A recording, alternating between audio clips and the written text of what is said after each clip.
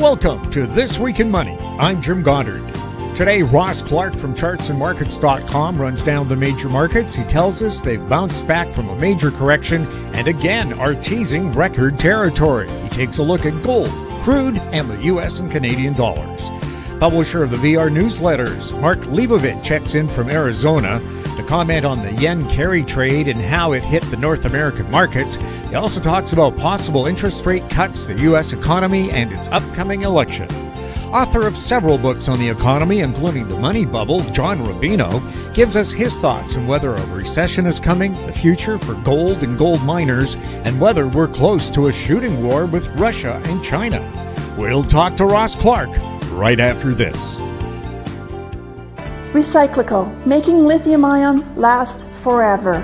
Recyclico's patented recycling process achieves up to 100% recovery of battery metals from lithium-ion batteries for electric vehicles, including cobalt, lithium, nickel, manganese, and aluminum.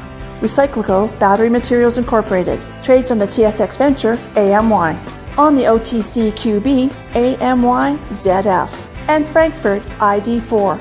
For more information, visit recyclico.com or phone us at 778-574-4444. Recyclico, making lithium-ion last forever.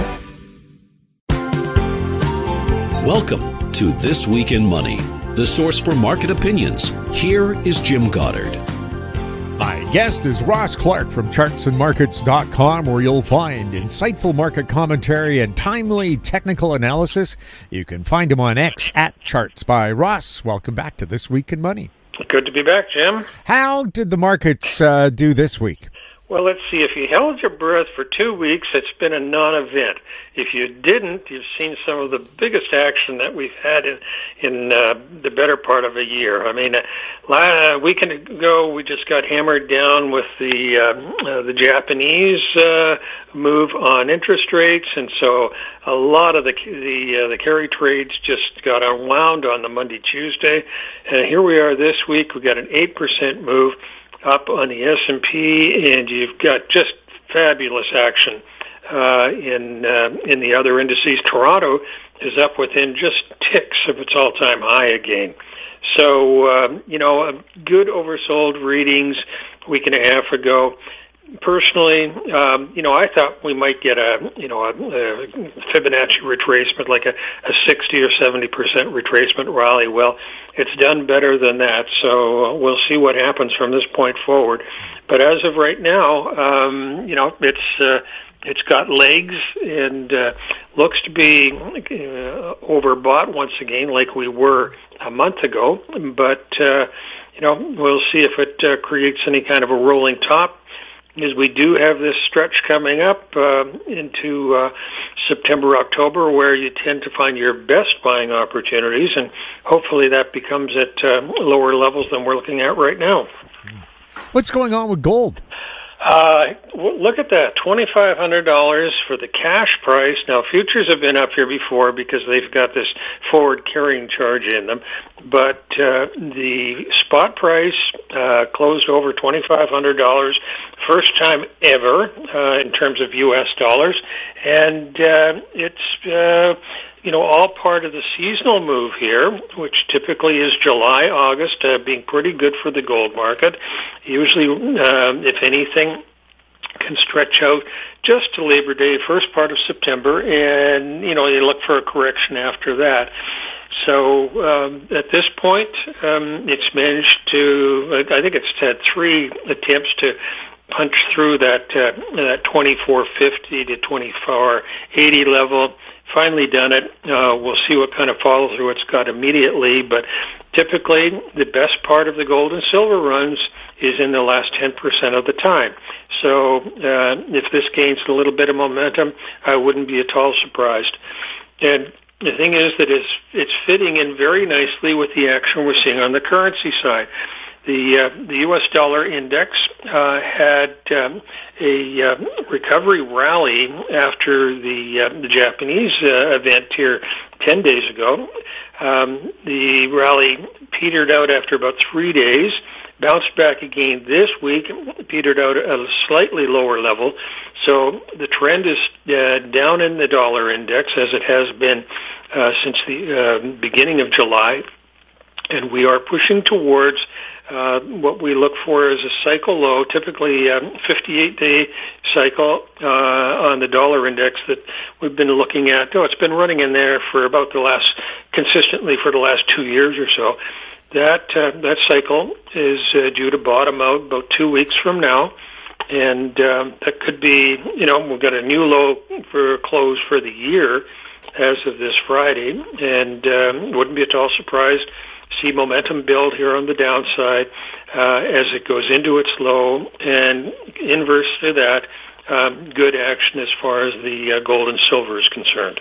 What's going on with the Canadian dollar? Canadian rallied decently into the middle of the week. We're starting to get overbought readings in there.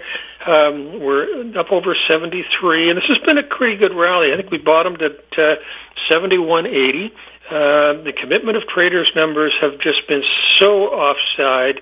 The speculators have been just record short positions. So when the numbers come out this week, I would suspect that we'll start to see some unwinding of those positions. And if anything, it could create a little bit more strength in the dollar right now. But it's getting to the point where it's overbought enough that I could see us settling back down. We're not down to that 71.80 level again, at least not in the interim. But I do think an interim high in this coming week would be entirely possible. What's happening with crude? Crude, we are choppy, and it should be choppy right through into September, basically looking for it to stay down as part of its seasonal pressure. Don't see any reason why that would be any different this time around. And within the energy complex, the one that is looking the best and has its seasonal strength just around the corner is the natural gas. Coming off a really good seasonal decline, has put in some nice basing patterns over the last 10 days or so. And there's one that could have a decent move. And, there's a number of those gassy stocks that trade on the TSX that could have some pretty good runs here in the next month or so. Ross, thank you so much for the update. You're more than welcome, Jim.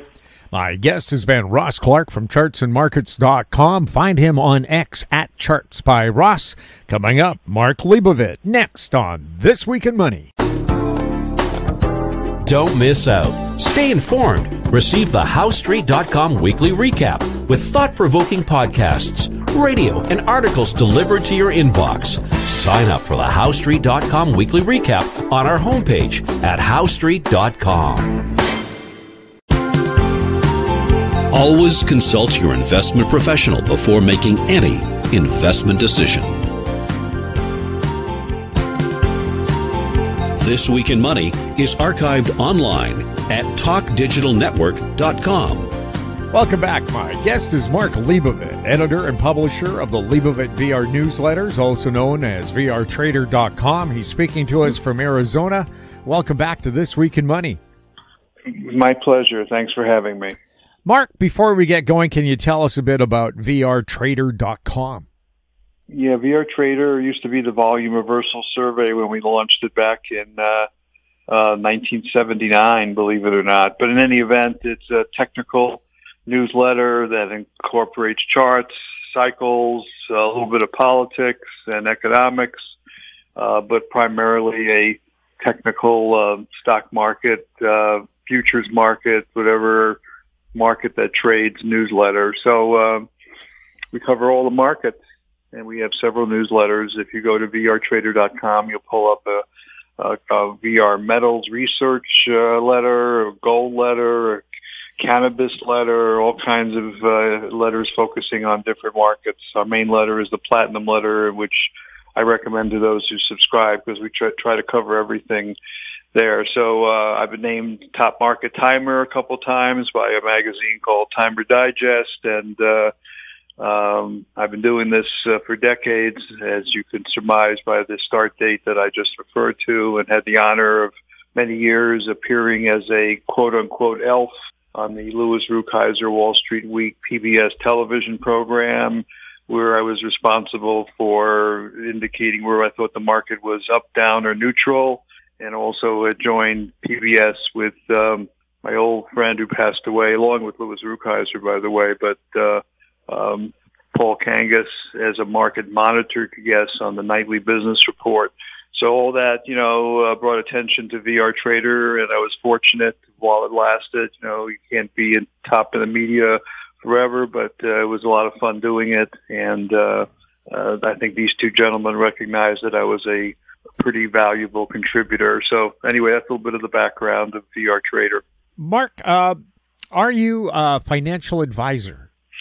I am not currently a financial advisor, nor do I provide financial advice. We do publish our educational, technical, economic newsletter, and it's up to the reader to decide if the information there is something they want to use for their own investments. We provide some ideas and strategies, and that's many of them are trading oriented as well as in near term oriented. But I tend to be, even though we talk about our near-term views, I tend to be a shorter term. And part of that, which I should have mentioned a moment ago, comes from the experience I had back as a floor trader on the Chicago Board Options Exchange many decades ago, where I was sort of trained to be in and out of the market, go home flat, meaning no positions at the end of the day, and start each day fresh, and view the market as a source of income, an income generator rather than an investment opportunity where you would trade, make your money, and start over every day and look for those trades. So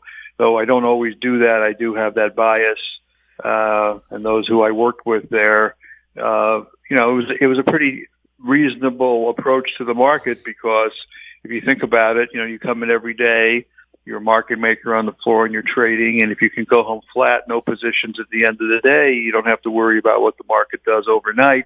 You can think clear, and if you don't find trading opportunities during the day, you just don't do them. So the fellows that I had worked with, made a very good living at that time, and again, didn't have the stress like we saw just last week with that 1,000-point decline in the Dow Industrials, when we suddenly see collapse in the Nikkei index in Japan, and things like these outlier events always occur in the market.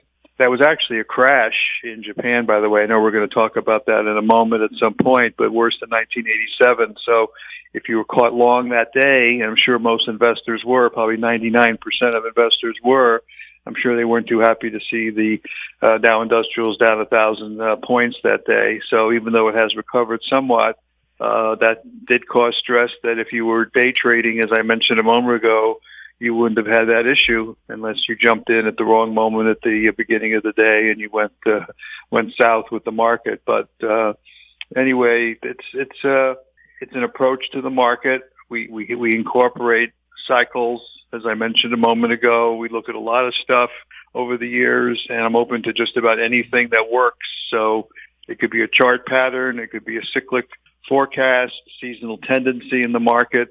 We always talk about turnaround Tuesdays, for example. I know some analysts laugh at it, but you see classic examples how for some reason, psychologically or otherwise, a market could change directions that period of time. And there's a dozen other of those type of events that if you're short-term in the market, it's useful information.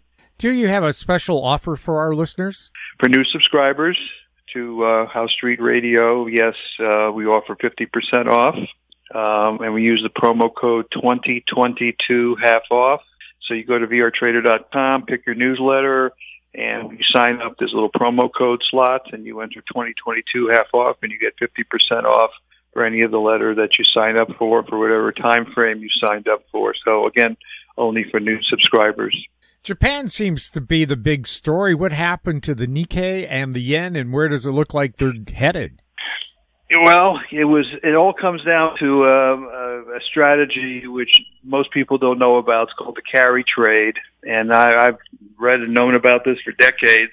And basically, since interest rates in Japan were 0% pretty much forever until this past week or so, many financing was done in yen, where we would borrow money in yen and use that money to buy stocks, whether it's Japanese stocks or U.S. stocks or European stocks or whatever. So they call it the carry trade. That basically you're borrowing in yen and you're taking the money and I guess using it for whatever purpose you want. I guess you could buy real estate too as well. So suddenly, the Bank of Japan had been pressured, probably by European Commission, Federal Reserve, whatever, to raise interest rates. So there was an uptick in their interest rates, and many of those had carry trade positions were screwed because now they had higher interest rate costs from 0 to 0.25%, a huge change. Many were forced to liquidate positions. That caused a crash in the Nikkei index in Japan, and also the 1,000-point decline that we saw in the U.S. market that day. And so though we have recovered from that, and it does strengthen the yen overall, by the way, like the U.S. dollar is stronger when rates are up because people would buy the dollar or the yen to earn the interest rate. And it has recovered since then, but it was that surprise, I guess, event and on the carry trade that triggered the sell-off. Meanwhile, economic numbers came out in Japan, and they were actually better. There was strong consumer numbers that came out the last couple of days, and that helped both the Nikkei index and the yen to rally. So, it could have been just one of these out of the blue black swan events, as they call them, and more than likely isn't going to change the picture. Japan still economically is strong, more so apparently on the consumer side than here in the U.S. And it was just when you think about it, from 0% to 0.25% is really no big deal. It probably the market figured that out versus what the Fed did. Here in the U.S., we go from 0 to 5-6% in a relatively short period of time. So anyway, that was pretty much it. It was an event over there. Japan still has great impact on the world. I think it's the third largest economy in the world, and the actions of the Bank of Japan are, quite significant. We still do a lot of buying and selling with Japanese products, despite the fact we talk about China a lot. They are our strong ally here in the U.S., and even though, of course, we experienced the World War II and the attack, of course, a lot of that was caused by us. We can get into a whole discussion about that by embargoing Japanese products at that time. But bottom line is, so they're allies, and a lot of the innovations have come out of Japan over the decades, very advanced. So anyway, that's the Nikkei yen story, and the question is whether traders are going to refinance on that carry trade, even though the rate upticked a little bit, and that's still a lot cheaper than here in the U.S. So we'll see. It'll be interesting how it all plays out. Going forward, is Japan likely to become stronger economically or weaker?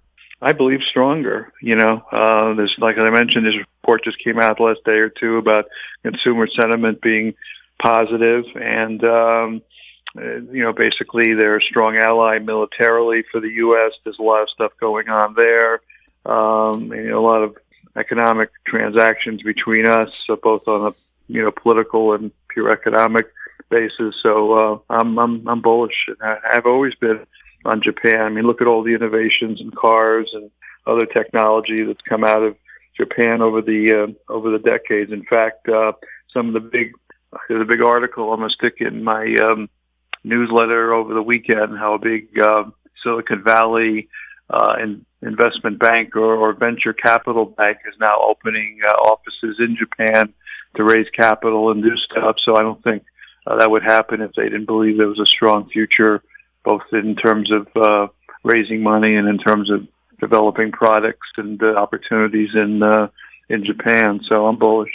Japan had a 7.1 Richter scale earthquake last Thursday. Was that a natural occurrence or geoengineered? Well, I'm not smart enough to answer the geoengineered idea. I mean, that's, I don't want to call it conspiracy theory. You can say fracking, here in the U.S. caused earthquakes, and there's been logic for that. But whether this was an intentional event or pure natural. I'm going to give the natural the benefit of the doubt because it's a high earthquake intensive area. Of course, you know, the Fukushima nuclear disaster was triggered by a huge earthquake off the coast of Japan and the tsunami that followed. And as you read articles, a lot of engineering and design in Japan in terms of construction and so forth is trying to make the country earthquake resistant as much as they can because they know the high incidence of it. So it's just another one of these, black swan events, out of the blue, a 7.1 earthquake. And, they've had plenty there. And it's just something you have to live with, which is part of the geocosmics of that part of the Pacific Rim. Well, yeah, they get 40 to 50 earthquakes a day. Japan has, I think, a 10-meter wall, tsunami wall, all around the country. Because of that, unfortunately, the Kyoto or whatever the earthquake was back in 2010, I believe, 2011, it was just a little higher than that wall. But without that wall, millions would have died instead of 25,000. So they are a very well-prepared country. Right, I'm right. And it's just something you have to be aware with. You don't like people in California worried about earthquakes, but nothing compared to what you experience over there. So, yep. I flew over Japan many times on trips, never actually was there, always loved to go. Had friends that have done so, but I guess if I ever do go, I have to be aware of that earthquake risk, So yeah, like they laugh at foreigners about how we react to every little tremor. It took, when the Fukushima earthquake was happening, after it had been shaking for 2.5, 3 minutes, then the people thought, oh yeah, this is a big deal.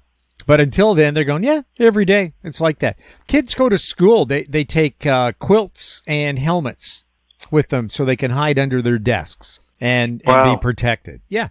So again, a country that's well prepared.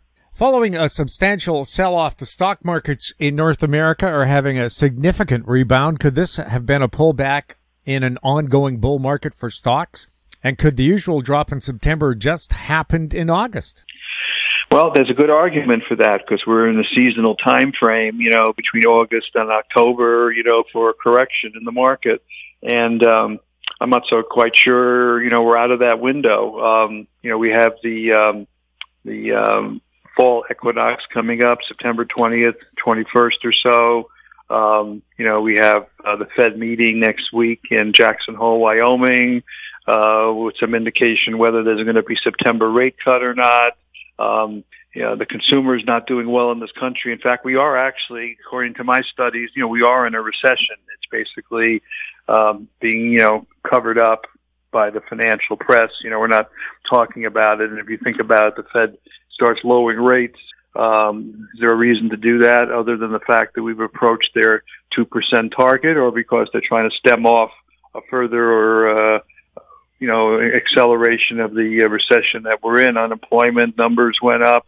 There's reasons to believe that despite the huge rally in the market, much of which, as you know, was attributed to AI stocks, and I think a little bit of a manipulation on the part of the plunge protection team here. We didn't talk about Japan, but Japan has a version of that as well. They've been supporting stocks there for decades with government intervention. So there's none of this really discussed in the press because it discourages people from investing, and most of the guests on financial television and so forth are money managers, so they don't want to mess up their money management business. But the bottom line is we're still in a negative time frame. Everybody's hoping there's going to be September rate cut on the part of the Fed, which everybody was thinking could be bullish, but it could be a bearish event and not necessarily bullish. And it's really a joke for months and months and months. The stock market was, rallying on the hope of interest rate cuts that never happened, but it went up anyway. So the whole thing is just ludicrous in terms of logic of why things go up or don't go up. So the bottom line for me is I'm cautious. We're still in that negative time frame. What if the Fed doesn't lower rates as everybody's expecting, or there's another outlier event like the plunge in the Nikkei and the carry trade that we just discussed? There seems to be some event constantly happening. I mean, it's every week a surprise event. Suddenly we don't have Joe Biden as the presidential nominee. Now we've got cackling Harris up there as a replacement candidate. You had the Japanese event last week, who was just discussed. There's always something that comes as a so-called surprise for the markets, geopolitically or economically. So I'm going to bet that the market's up and it looks great. And we, as I mentioned, I do believe there's a bit of manipulation going on here for political reasons, but I don't think we're out of the woods. So we'll see if we make new highs here in the next couple of weeks. I'm waiting for a confirmation of a top from a technical point of view. We got it just before the Nikkei event, and if we start to get some negative volume and selling coming in, I'm going to be getting short the market again here, because again, I don't think we're out of the woods. September is the worst stock market time for the year historically. I don't have the statistics here, but over the last 100 years, there's very high percentage of Septembers being disasters for the stock market. So I'd be careful. Yes, the earthquake, the Tohoku earthquake in 2011 was the strongest earthquake ever recorded in modern Japan. Really? Yeah. Uh-huh. So, yeah, that's bad. Now, when the Fed does meet up September 17th and 18th, what do you think they'll do with the interest rates? Well, there's going to be a hint of that coming up next week in Jackson Hole when they have the annual meeting there, which is not a formal Fed meeting. I think it's the Federal Reserve of Kansas City sponsors that every year. So it's a way to have a little party out there in Jackson Hole, and there'll be some hints of that. There's a chance you may not get that rate cut, and everybody's been holding their breath for it. So I'm sort of leaning no, because the street is hopeful and thinking yes. And there's also a political consideration. Would the Fed want to do something like that ahead of a U.S. election, or wait till afterwards? But the bottom line, it's irrelevant. I mean, look at the stock market in the U.S. I mean, new record highs. What's the benefit of lowering the rates? And, if unemployment is and a recession is an issue, then, maybe they may have to consider doing it because things are getting bad. And when you really interpret the news at that point, if they're lowering rates because things are bad, there's actually studies that show that in previous market cycles, when the Fed starts lowering rates, the market goes down, stock market goes down, and for negative reasons at that time. So we'll see if this time is different. It should be really interesting how it plays out, but it's sort of a non-event if you're an investor because of what's happened, this past year. So to me, it's sort of a non-event, but intellectually it'll be interesting to see if they do it and how the market actually reacts at that time, and whether there's going to be need to do more rates because of a deteriorating economic condition. As I mentioned, consumers are negative here in the U.S. There are signs of recession. I don't know if you know, for example, that restaurants, I don't know how they are in Canada, but they're closing everywhere here in the U.S. Names like Cracker Barrel, Applebee's, TGA Fridays, Denny's, Boston Market, Outback Steakhouse, for example, Hardee's, these all companies that are closing restaurants. Red Lobster. Red Lobster. Right. So is this a sign of a positive economic situation here in the U.S.? Yes, the stock market is up, but people are hurting. Food prices are higher. Of course, we need a whole discussion about, price controls, which are being talked about now here officially by the Democrats here in the U.S., but which is nonsense. But in any event, there is a recession underway here, and it's masked by higher stock prices. So, that's why I talk about financial engineering and the plunge protection team and other forces at work. An event essentially distorting reality and giving the impression of something more positive when it really isn't. The average person on the street, doesn't feel rich or positive unless they own a lot of stocks, in which case I guess they don't care if prices go up because they're making it in the stock market. But the scenario is not all that great if you're a trader and you're trading the stock market. You're sort of impervious to the real world because no matter what happens out there, you can trade the market up or down, you can make money, but most people aren't in that fortunate situation. I'm fortunately in that position because in the last 45 5 years, despite ups and downs. So we've been long and short and playing the swings of the market and always thinking, gee, will I be able to do this forever? And things are going to go to hell out in the real world. But the truth is the market always seems to be there.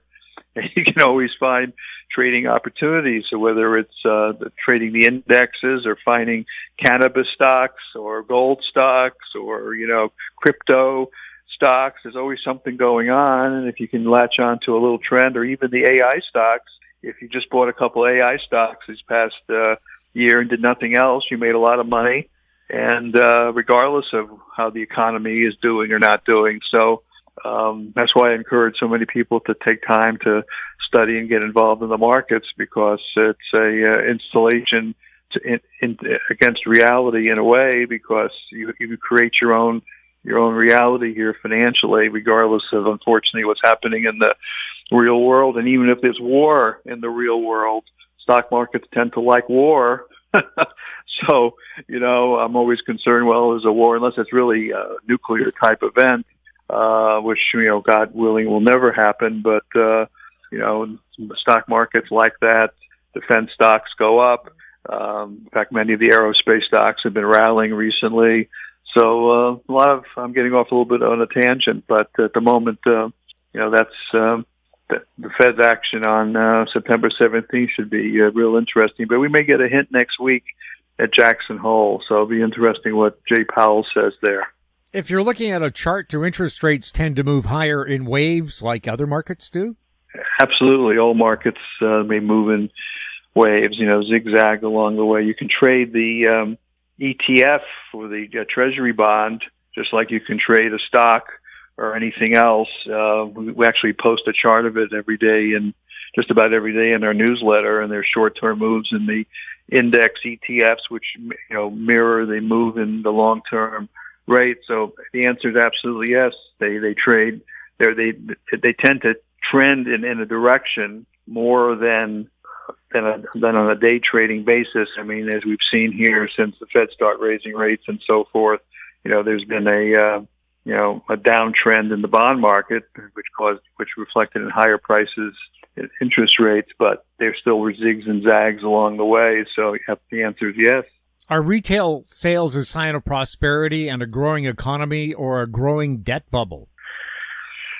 It's an interesting question. The debt levels are high. People seem to be using their credit cards now to finance stuff because of either lower income, loss of work, and higher prices. And those that are somewhat knowledgeable out there, complain that higher prices are causing inflation. Well, it's just the opposite. It's the inflation that causes the high prices. And we have a lot of the numbers that we see, and most of the numbers, I should say, that come out of government are not reliable or created or adjusted. So, inflation has been a lot stronger than it's being indicated by the numbers. But, the bottom line here is, you have a problem with prices and its effect on the economy, and consumers are pulling back here. I don't know if you notice in auto sales, they're just offering all kinds of deals now, giving away autos at much more aggressive prices. Sales are down. You would think with interest rates downticking, they would make a difference. That's not the case.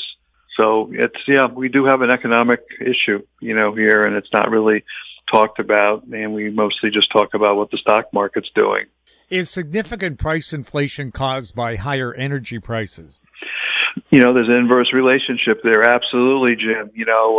If you see crude oil prices coming down, as they've had here in the last few weeks, that's helped buoy the stock market. In effect, higher crude prices are a tax on consumers. Higher energy prices affect individuals and companies, which reflect in prices in their products because they have to absorb the higher energy prices. So even though overall I'm a bull on oil long term, the short term swings do affect the short term economy and the stock market. So one of the reasons the stocks have been acting better in the last couple of weeks, and few weeks that is, and have recovered, I guess, since the crash over a week ago, is because crude oil has been under pressure here a little bit. It'll be interesting to see if Donald Trump gets in as president, what happens with crude oil once he would open up production significantly, and whether that would encourage the industry and maybe flood the market with crude oil and perhaps depressing prices, or opening it up actually helps the crude oil market and prices remain stable or go higher because of that. It'll be interesting to see what correlation unfolds there. You would think if production opens up, then prices would be under pressure. But there could be other, geopolitical reasons and so forth that would support the price of oil. So right now, crude oil is in a little downtrend, and that's been affecting the stock market positively. But if you see crude oil take off, that's a warning to stock market traders that we could have a correction. Is Dr. Copper a good indicator of what's ahead for the economy? Copper's been coming down the last few weeks. It was really strong. It surged into new highs, and then it fell apart, bounced here the last few days. But that was the action in copper just recently sort of supports the slow economic scenario that I've been mentioning, or the recession scenario. So copper pulled back here. We got to watch it really carefully because it is definitely an indicator of economic activity. And we know industrial production is down. That number came out in recent days, and we talked about that in last week's interview. So, despite all the positive action in the stock market, industrial production has been going down for months. I think 8 out of the last 10 months or something like that. So that's a recessionary effect, and that could be tying into the copper pullback that we're talking about. So let's see. It's definitely an important ingredient in watching that copper market. Gold's hovering around new all-time highs. What do you see ahead for that precious metal? It's hanging right up there at the highs. And it's funny because silver is not participating on a relative basis. It's down off its lows, coming back a little bit, but gold's hanging in there right near its top. So we're sort of at a critical juncture here because I'd like to see it break out again. I think it did break out the other day a little bit, just by a few dollars, and then pull back. So, I have mixed feelings about it. We've spent a lot of time talking about this. I mean, I target substantially higher, 2,700, maybe 3,500, but that could be a 2-3 year comment. And as a general rule, if the stock market experiences a sell-off again, like we just saw, it doesn't have to be a crash. Gold tends to go with it. The baby is thrown out with the bathwater when all markets tend to sort of move together. So we saw this crash last week. Everything dropped. So, we got to, if the market goes into a correction, you may see gold pull back here. But philosophically, I'm positive. You got the BRIC nations out there trying to create the new currency backed by gold. And we know our adversaries out there, from North Korea to China to Russia, have been big accumulators of of gold out there. So you got to be positive long term. But you and I have been around a long time, and I've seen gold do a lot of crazy things here. Since the 1980s onward. You could have bought gold in around 2000 at $300 an ounce, and from 300 to 2,500. So we've had already in the last 20 years a huge move. I don't think you're going to see that type of percentage gain again. I think that was the big play. So if we go to 3,500 and you double, that's still not as big a gain as you've already seen if you'd bid in since 2000. But I'm keeping a core position in it just as a diversification, as a hedge. But it will trade down, and I believe the stock market has a correction. Yeah, remember around 2012 or so, people were calling gold nothing but a pretty rock.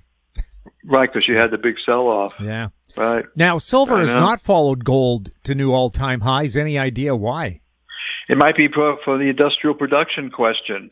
Silver is an industrial metal. Of course, they say gold is too, but I think silver even more so.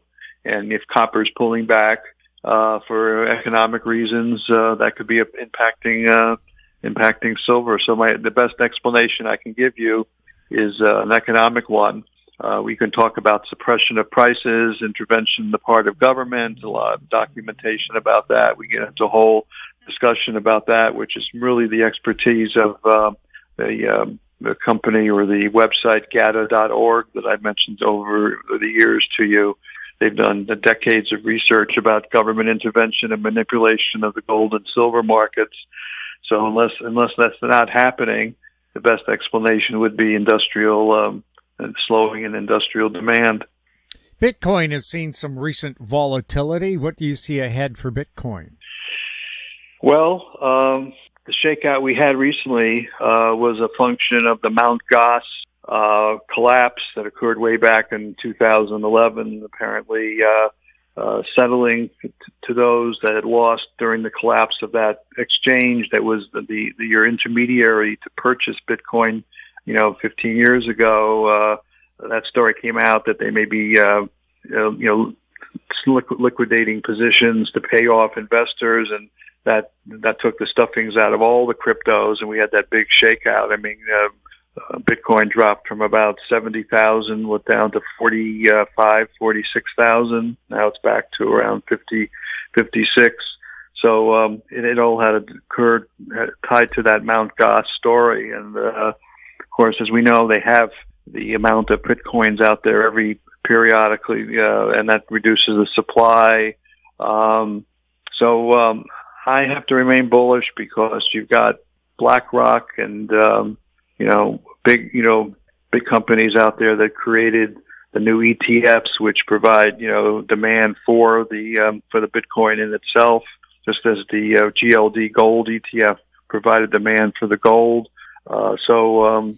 Larry Fink and Bitcoin are he's the largest money manager in the world.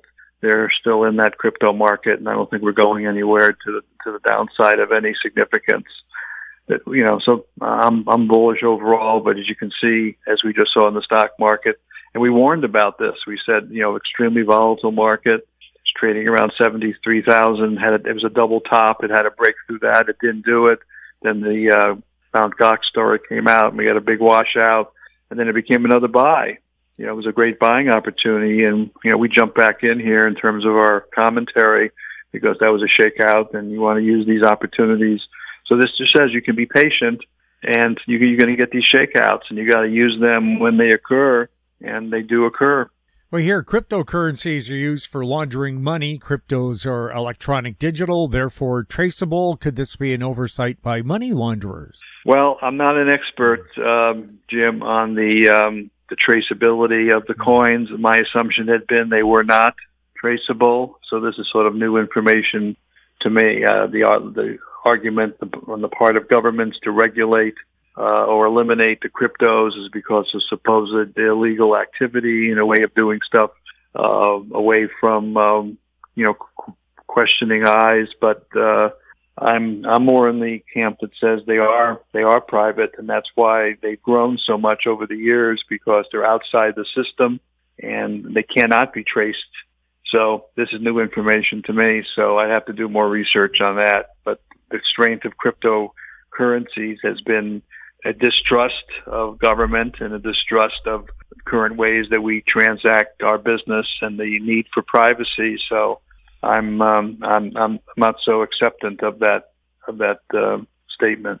Does it look like artificial intelligence and electric vehicles are changing the world forever? That's a pretty broad question. I would say yes.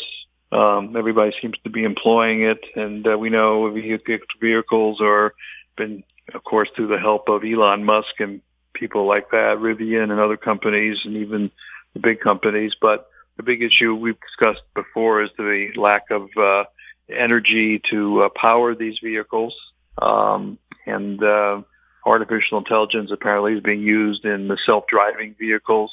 So they are, over time, will change our future. I remember decades ago as a kid watching some of the animation from the Walt Disney Studio about self-driving cars. I think it was back in the 1950s as a kid, and sometimes I look at the animation. You can pull it up on the internet, and you can see how they were talking about it even then, 80 years ago.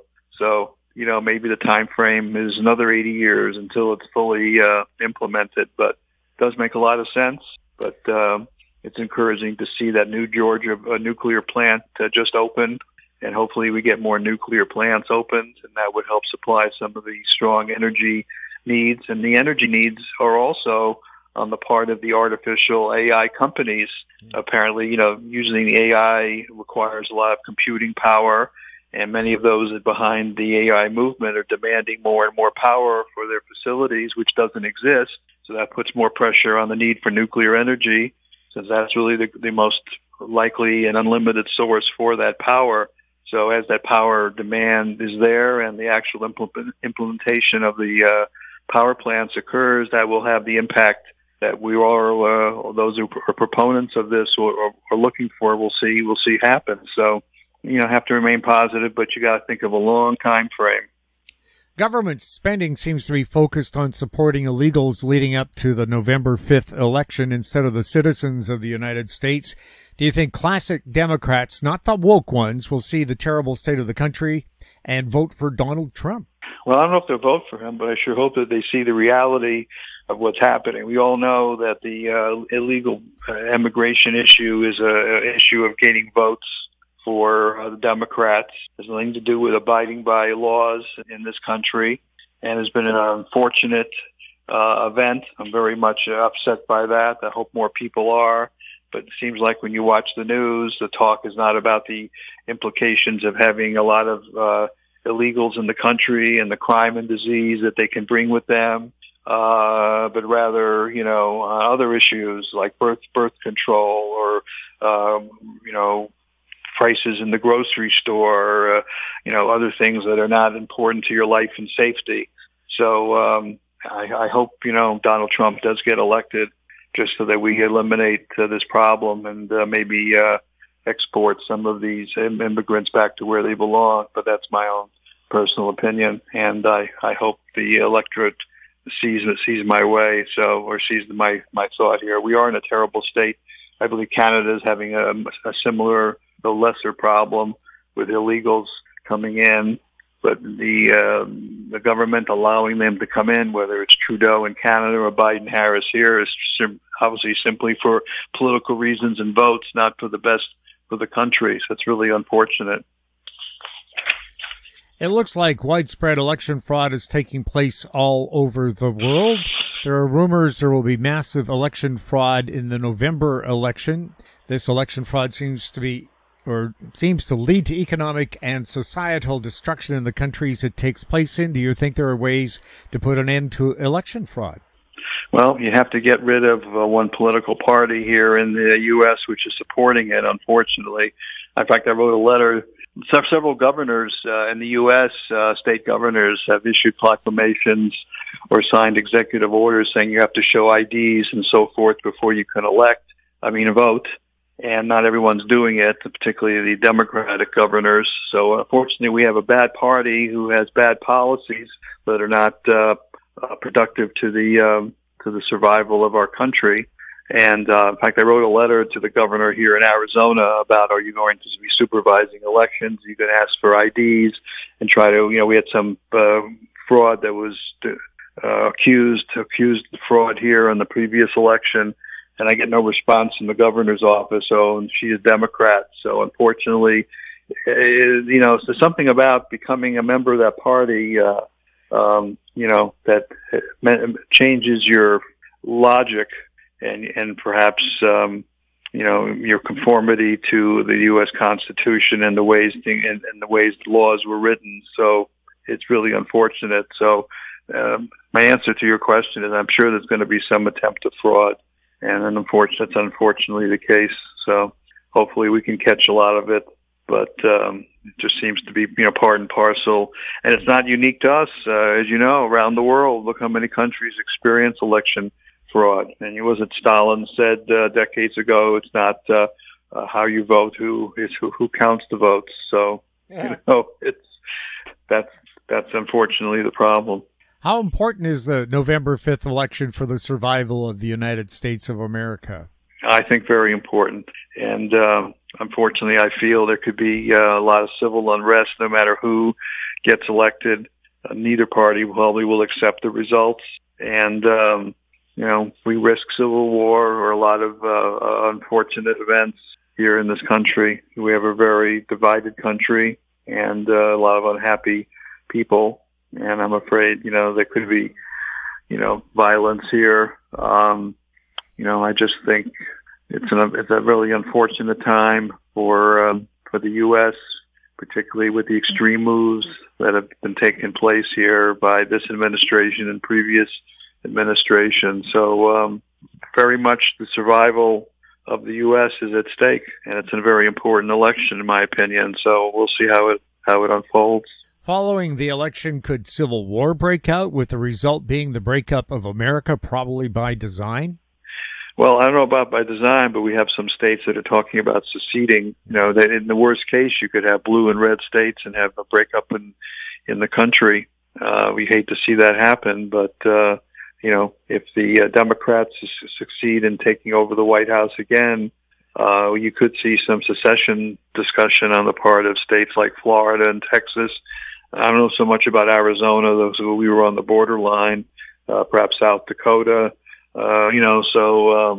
It could get really crazy. We all hope that doesn't happen, but you can be pretty sure that whoever gets elected, there's going to be disputes, fights about the legitimacy of the election, and perhaps violence. So hopefully we just have to wait and see how it's all going to pan. Maybe we should move to Japan, Jim, but I don't want to be there during those earthquakes. What do you think? Keep your little helmet and quilt handy. Yeah. Monday, August 19th, will be a full moon. Some are calling it a sturgeon moon or a rare super moon. What's the latest on geocosmics? Well, we could have a change of direction. At the top of the call here, we talked about, we're at a point here, with the markets having rallied, and we had a recovery rally here, whether this is really going to take us with all indexes to new highs. And, the full moon tends to, within a couple of days, often offer a change of direction in the market. So, something could happen here over the weekend, early next week, and suddenly the market turns back south again. And that wouldn't surprise me. In fact, I'd bet the market pulls back early next week anyway, because it's had a big recovery rally since the Nikkei-Yen disaster. And even if it's only a trade, particularly with that moon, it doesn't have to be a sturgeon or a super moon, just a full moon, just a cyclical event. And, I've been studying this since 1972. And if you don't believe it, you pull up a chart and just plot the moons and see where there's change of directions in the market around the new moons and the full moons.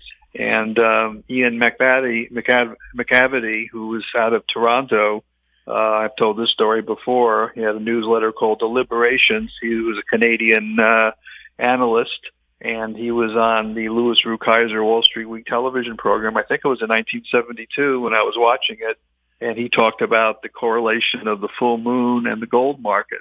And this was on national television. They didn't invite him back, but he thought there were highs in the gold market around the full moon. Now we're coming into full moon Monday, so his theory would be we're hitting a little peak here in gold. What I surmised from that, and have since in recent decades, is that the moons tend to be change of direction points in the market rather than absolute highs and lows, but you got to plot it out, and you have to see if the markets are overbought or oversold at the time of these events, and usually there is a correlation. So he turned me on to that, decades ago, and I found it as a very useful timing indicator in the market. So we'll see how that, pans out here, early next week. Well, we in Vancouver missed the Perseid meteor shower last weekend because we had high overcast haze. Everybody else got to see it, along with some spectacular northern lights as well. And so with the supermoon, it's called that because it's close to the Earth plus low to the horizon, so it looks big. Wow. Well, we know there's some geomagnetic storm watch out there, published on spaceweather.com. They call it X1 class solar flare from one of the big solar spots. So it hurled one of their little CMEs, they call it, toward the Earth. They think it's a minor one, though. So supposed to hit us by the 17th, which is tomorrow. So we'll see what impact that has. But this ongoing discussion and analysis about the big solar spots on the sun. And just recently we saw the effect, how it damaged some of the SpaceX solar satellites that were put up by Elon Musk and so forth. So there are there are, Starlink actually is the name of the company that put them up, but there's definitely repercussions in watching those solar flares, particularly if you're in the business of launching solar or other satellites, is an important observation you have to make. So anyway, there's something going on there. I don't think it's anything significant, but it's coming tomorrow. Maybe Boeing will blame solar activity for the fact that their spacecraft was faulty, and the 2 astronauts they sent up to the space station will be stuck there now until next year. I hope not, but it could happen. Yeah. It could happen. So we get a super new event, solar activity event, and affects the entire planet. Maybe it should happen. Maybe we should have a wish for a big one on election day here in the U.S., where technology goes down and nobody can vote. That would solve the issue about who's going to win or not, right? So if everything shuts down, then maybe we give ourselves a reprieve here in some way, and supplied by our friends in the universe. So it's interesting times, Jim, and I appreciate you having me. Mark, can you tell us again about how people can sign up for your special offer? Sure. VRTrader.com. It's V as in Victor, R as in Robert, Trader.com. And you go to the order page, and we offer you a 50% off promo code for any of our newsletters. And the promo code is 2022 half off, just as it sounds, lowercase letters, and just enter that in the promo code slot, and you get half off of any of our newsletters for any time frame you specify. That's at VRTrader.com. Mark, thank you so much for being on This Week in Money. My pleasure. It was a lot of fun. Thanks for having me. My guest has been Mark Leibovit, editor and publisher of the Leibovit VR newsletters, also known as VRTrader.com. He was speaking to us from Arizona. Coming up, John Rubino, next on This Week in Money. Recyclico, making lithium-ion last forever. Recyclico's patented recycling process achieves up to 100% recovery of battery metals from lithium-ion batteries for electric vehicles, including cobalt, lithium, nickel, manganese, and aluminum. Recyclico Battery Materials Incorporated trades on the TSX Venture AMY, on the OTCQB AMYZF, and Frankfurt ID4. For more information, visit recyclico.com or phone us at 778-574-4444. Recyclico, making lithium-ion last forever. This Week in Money is archived online at talkdigitalnetwork.com. Welcome back. My guest is John Rubino, author of several books on the economy, including The Money Bubble. He founded the website dollarcollapse.com. You can find him on Substack at Rubino.substack.com. Welcome back to This Week in Money. Hey, Jim. Good to talk to you again. The yen carry trade seems to be dying. What is it, and what does its demise mean for the financial markets? Well, that's fairly big news, and it was part of the cause of the recent market volatility that we've had. Basically, what the yen carry trade is, well, the source of it is that all these big over-indebted countries had their inflation and everything in the last few years, and everybody started raising their interest rates to lean against inflation, except for Japan. They kept their interest rates really low. So you could borrow yen for maybe 0.5% and then reinvest that money in treasury bonds, for instance, yielding 4.5%.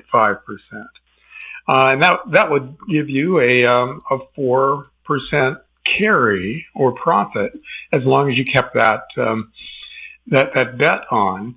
And it would work for you as long as the yen didn't go up against the dollar. And for the longest time, the yen actually went down and down and down versus the dollar. Problem is, it went down so far so fast that the Japanese central bank felt compelled to intervene. They did that. They basically took their dollars and bought a bunch of yen.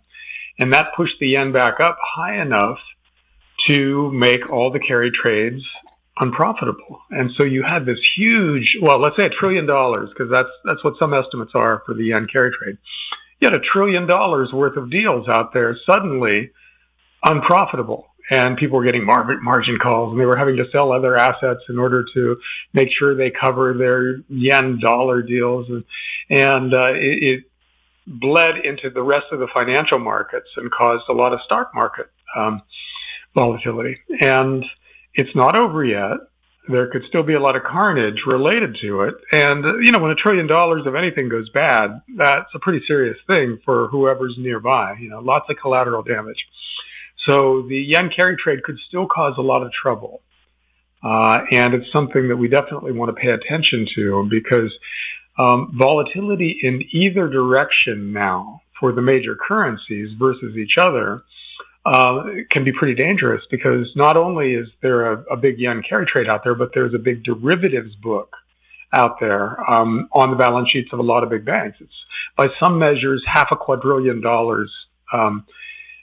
notional value of derivatives, and a lot of those derivatives are related to currencies and interest rates and things like that. So one thing can bleed over into another thing, and the yen carry trade could be the catalyst for something much more serious.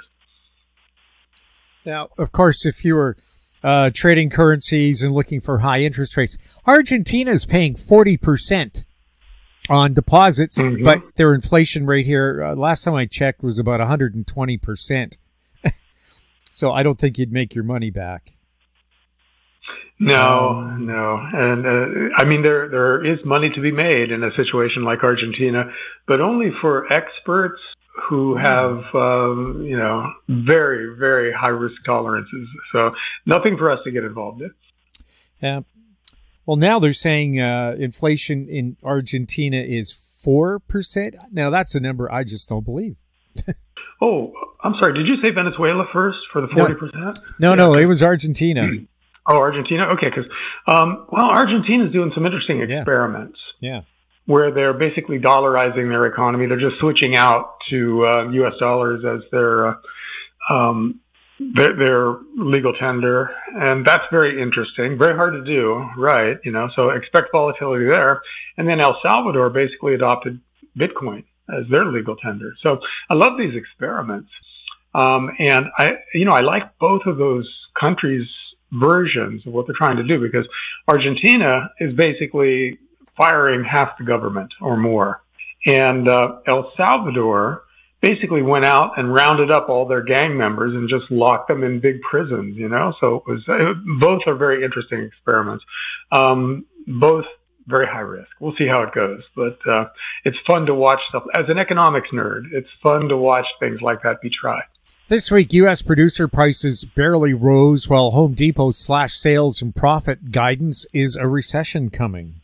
Yeah, maybe. There are a lot of indicators. There always have been a lot of behind-the-scenes indicators, and now some of the headline numbers are starting to point towards diminishing growth and maybe a rollover at some point.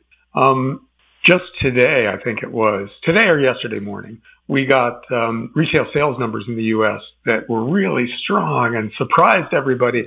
But when Zero Hedge dug into it, they found that this month's numbers were very strong because last month's numbers were revised way down. That's a typical trick that the U.S. government plays on people.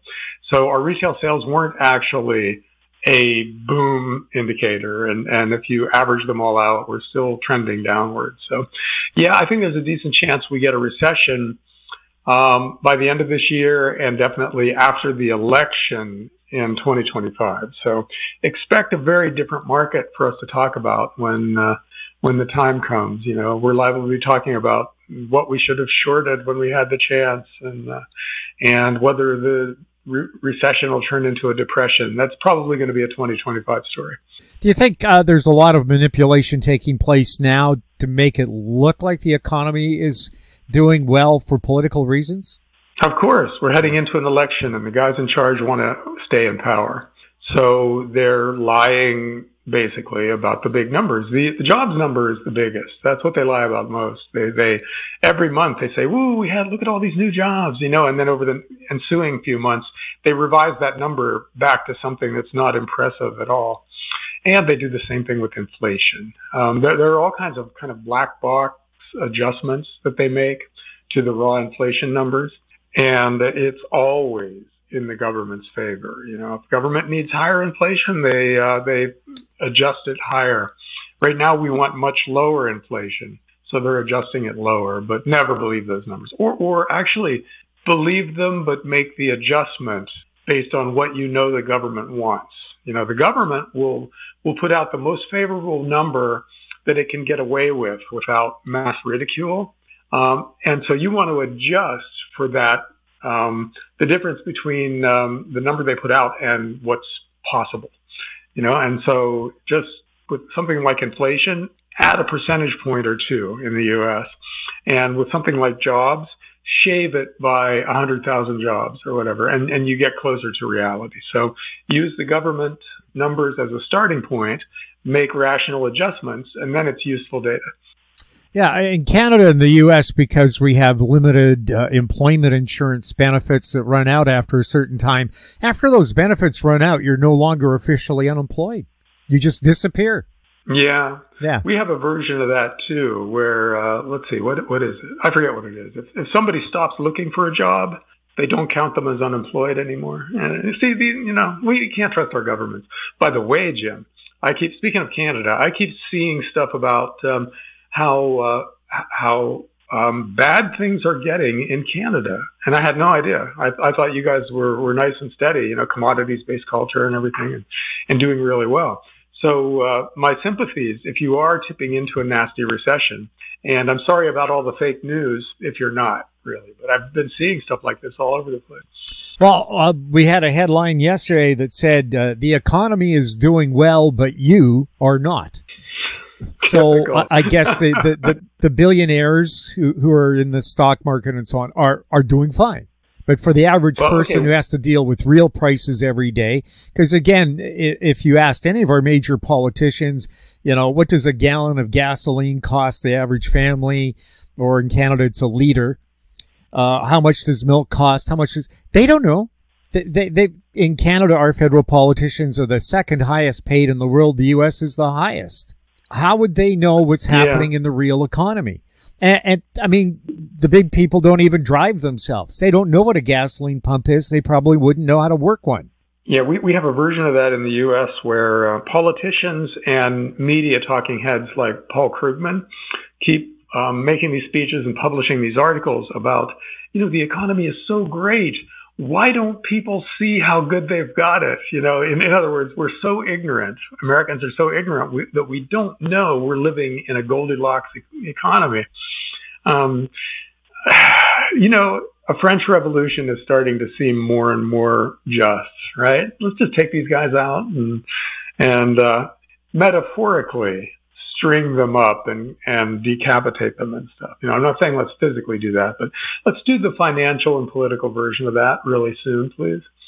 Well, why should somebody be worth more than $1 billion? I mean, you're not going to be able to spend that money unless you're buying Twitter, for example. But really, and now we have companies worth over $1 trillion. They're monopolies. How long is that going to last? And people are saying maybe they have unfair advantages. Well, yeah. Once you get to be a certain size, you have very much unfair advantages. And there's basically a branch of public policy called antitrust that is a good tool for dealing with stuff like that. Once an entity gets to be too big to fail, then it becomes too big to survive, and it has to be broken up. And we should be doing that with, our 6 giant banks in the U.S. that own basically everything should be broken up into 50 or at least 20 smaller banks. Same thing with the media companies. Like 6 or 7 media companies own all of media in the U.S. Break them up. Google does several things incredibly well and has monopoly power back and forth between them, and it should be broken up. So search goes one way, advertising goes a different way. And I don't know if we'll do that, but that would be a very powerful political platform to run on, because I think a lot of people get what you just said about, there's some entities that are just too big and too powerful. And, elect me and I'll break them up. I would think that would be something that would really sell. Of course, it'll get you assassinated too. So, there's a big caveat there. It's like, you'll do this stuff if you survive to be able to do it. But, yep, that's where we are. Is the Fed likely to start lowering its trend-setting rate in September? Yes. Yeah, they really want to be able to lower interest rates. This high interest rate thing is alien to these guys. All they really know is easy money. And even when they're raising interest rates, it's just giving themselves ammunition with which to cut interest rates later, because easy money is their thing. So yeah, Fed's going to do it. And plus there's an election now, so they're getting a lot of pressure from the incumbents in the power structure, but they'll cut interest rates. And when the recession hits next year, they'll really start cutting interest rates. So I think that there's a pretty good chance that we'll be back around zero interest rates by the end of 2025. And the difference, or the question is one of timing, because if it stays like this, we just kind of drift lower. They'll just keep cutting interest rates, quarter of a point, half a point, whatever. But if there's some big crisis, like commercial real estate tanks and blows up the local and regional banks, and so there has to be a big bailout, then they'll do emergency rate cuts of a point or more. So it's all in the timing. I can't predict that. I think there will be a crisis of some sort, or very possibly a war, like this week is the way we're going right now. So anyhow, yeah, Fed's going to cut. It'll continue to cut. Buy gold. Higher year-over-year gold prices produce some nice second quarter miner earnings reports. Does this make the established gold miners attractive investments? Maybe it does, because say you're a big gold miner like Newmont or Barrick or Agnico Eagle, and you got your costs reasonably well controlled, and gold goes up by what it did in the last year, 17 or so %, that gives you a big revenue pop. And since you're well run, a lot of that revenue flows down to earnings and cash flow. So all of a sudden, you got a lot more money to play with. And if you're a wise management team, you, at least initially, you take some of that money, you increase your dividend, you buy back stock in order to reward your stockholders for sticking with you through the lean times that have now lasted like 9 years for the miners. And that makes companies who do that better investments. So expect that going forward. And then, we'll see what they do later when cash flow keeps growing. But right now, it makes them very attractive companies. Oh, and by the way, gold is up again sequentially from the second quarter. So third quarter earnings are going to have another nice revenue pop if gold stays at its current level. Not 17%, but more like 6 or 7% per ounce of gold produced and sold. So that will increase cash flow further and bring these guys onto more and more screens that look for momentum or rising cash flow. And it'll bring in more generalist money. So yeah, I think if gold holds up, the big miners are definitely good buys at this level. What does the current gold price mean for quarter three miner earnings? Yeah, it means good things, basically. The miners are looking pretty strong right now because suddenly they're making money. They've been just ignored for such a long time, and they've underperformed the price of gold, which is unusual. When gold goes up, usually mining stocks go up even more, because that's why they call mining companies options, leveraged plays on the price of gold, or gold options, one or the other, because they tend to do better than gold in good times, and they haven't for such a long time now. It's been years since the miners actually outperformed the metal, and I think one more good quarter will lead a lot of them to outperform gold, and I think we're headed that way. We're about halfway through. Let me see. July, August, September. Yeah. Okay. About halfway through the third quarter, and gold is up 7 or 8% over the average for the second quarter. So I wouldn't argue with somebody who wanted to buy more Newmont or Agnico Eagle, but you don't have to do them individually. You can buy the big miners just by buying an ETF like GDX or Sprott's version of that. And they buy all of them for you, so you don't have to analyze Newmont's 10 producing mines all over the world. You just buy that ETF and it buys all the big miners for you. Anglo Gold just bought Osisko Mining for a 65% premium. Is this the start of a trend in the gold space?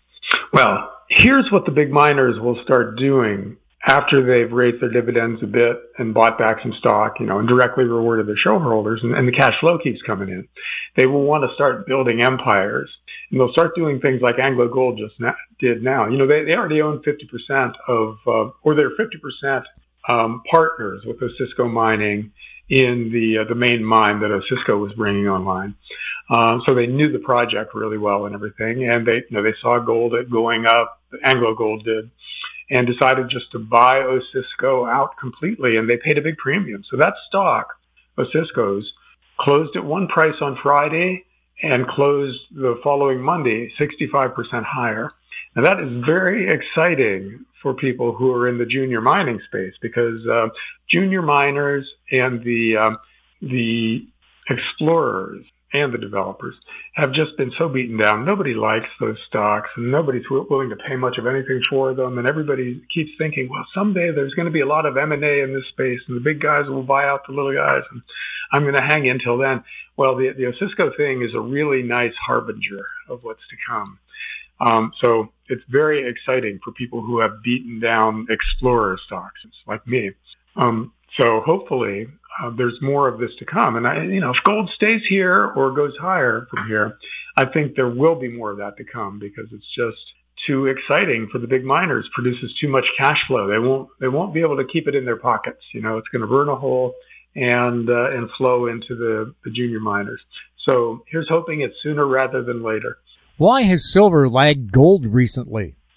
Well, silver's another one that at this point in the cycle should be going up more than gold, because normally it's more volatile. And when gold is doing well, people kind of get priced out of gold, because you get, pick up one Kruger Rand, it's $2,400 in the U.S. right now. And for that, you can get 80 ounces of silver, which is a, tabletop full of silver. So people start switching over to the cheap thing in that space, and silver is a narrowly traded, low value market. It's just a few $1 trillion of silver available out there. So silver will spike, or it normally spikes in this kind of an environment, and it hasn't lately. And my theory for why it hasn't is that silver is also an industrial metal. And the industrial side of silver story is great right now. There are things like solar panels are using a lot of silver that they didn't use just a few years ago.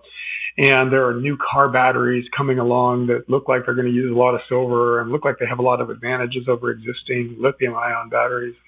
And so silver has a really good industrial metal story, which over the course of the cycle ought to make it go way up. But if there's a recession coming, industrial metals will tend to take a hit because demand will go down.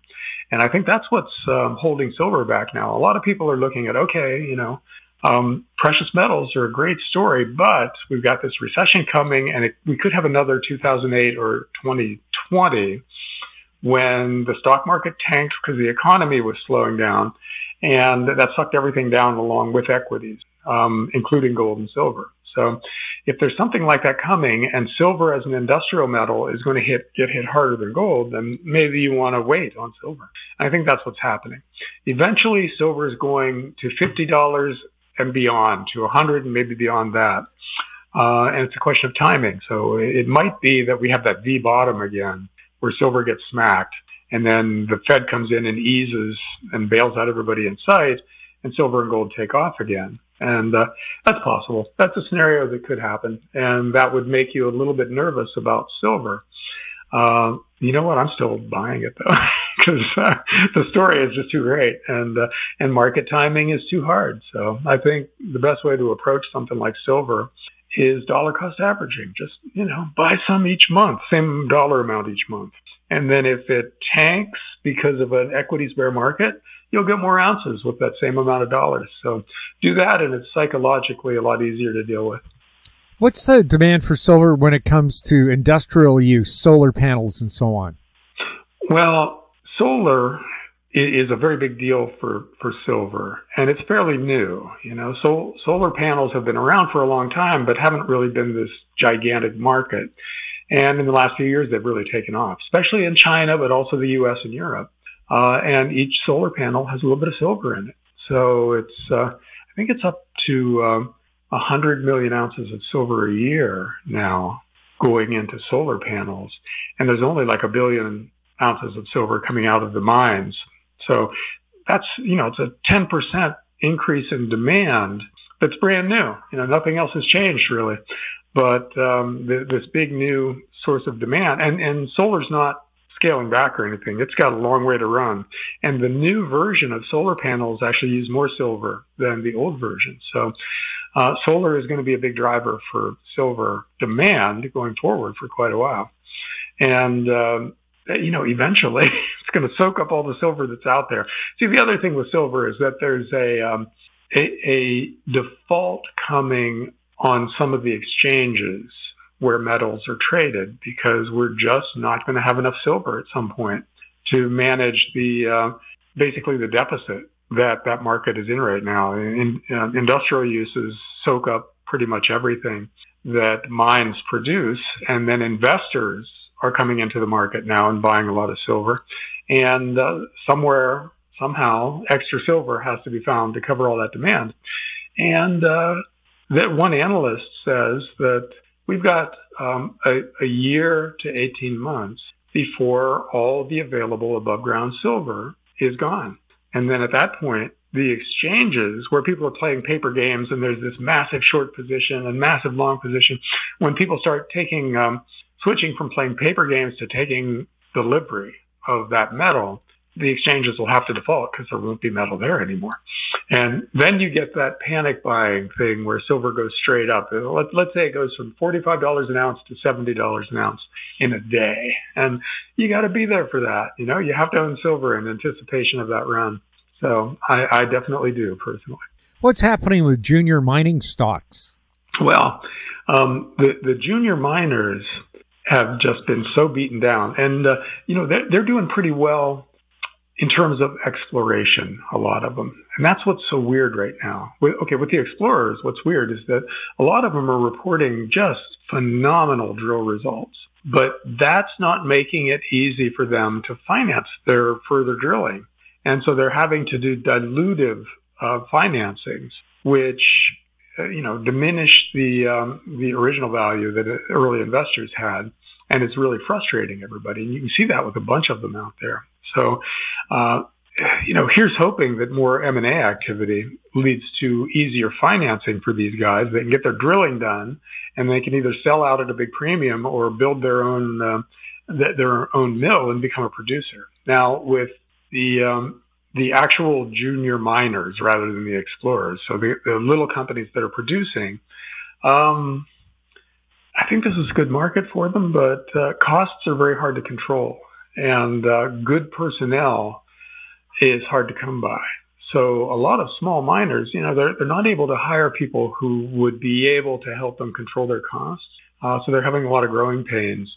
And the new revenues that they've got coming in because of higher gold prices aren't going straight down to the bottom line. So very frustrating. But when you find one, and there are a few, that's actually doing well operationally, where higher revenues are actually resulting in higher cash flow, then pay attention. Those guys are either buyout candidates or they're revaluation candidates, where once people get a clearer idea of what the mining business is like with prices this high, that they go in and start buying up the juniors. So, all of this is out there waiting to happen. And the key is gold holding up and silver behaving the way it normally would in a gold bull market. So let those two things happen, and we'll have a lot of success stories to talk about in the coming year. How close are we to World War III, and what could it look like? We're disturbingly close to shooting wars with Russia and Iran right now. The U.S. is being run by monstrous morons, dumb, bloodthirsty people. And it looks like they're actively trying to start these wars. They actually think we can win nuclear wars with Russia and China, and we'll come out of it ruling the world. And maybe as a bonus, our population will be much lower, so the rich people can come out of their bunkers, and land will be cheaper and stuff like that. I don't know what they're thinking, but we're sending increasingly lethal weapons to Ukraine, along with apparently our own soldiers and our own technicians to show Ukraine how to use those weapons and then to lead raids into Russia. So we're very close to a place where Russians and Americans are directly killing each other. In Iran, Israel is going around assassinating Iranians and Hezbollah leaders, even if they're in Iran. And they just did that. They just assassinated somebody with a bomb a couple of days before the Iranian president was being sworn in. And so Iran feels obligated to retaliate against Israel. So everybody's waiting for that. And the U.S. is sending a carrier group to the Middle East. So anything can happen in that kind of a situation. And, I have sons. I don't want them to be incinerated in a nuclear holocaust. And our leaders in the U.S., and let's be clear, it's not anybody else in the world causing this. It's us. We are starting these fights. And if it turns out to be a nuclear war, it's going to be our fault. And not that there will necessarily be anybody around to lay blame on anybody, because it's very easy with weapons that we have right now to just end modern civilization. I don't think we kill all the humans, but the ones that survive are going to be way out of the way. They are not going to be in Vancouver and New York City and Houston. So anyhow, that's how close we are. And if it happens, then forget about gold, forget about silver, forget about shorting the stock market or anything. There might not be a stock market. So all bets are off. But if we can get around that, there's reason for optimism. So here's hoping once again. Where can our listeners find your work? I'm at Rubino.Substack.com, and I publish there a newsletter that looks for actionable advice on how to plan for the financial crisis that's coming and the big recession and, geopolitical turmoil. Not World War III. It's very hard to plan for World War III, but for things short of that, there are things you can do to either make money or protect yourself and your family, and that's where I'm looking for stuff. John, thank you so much for being on This Week in Money. Thanks, Jim.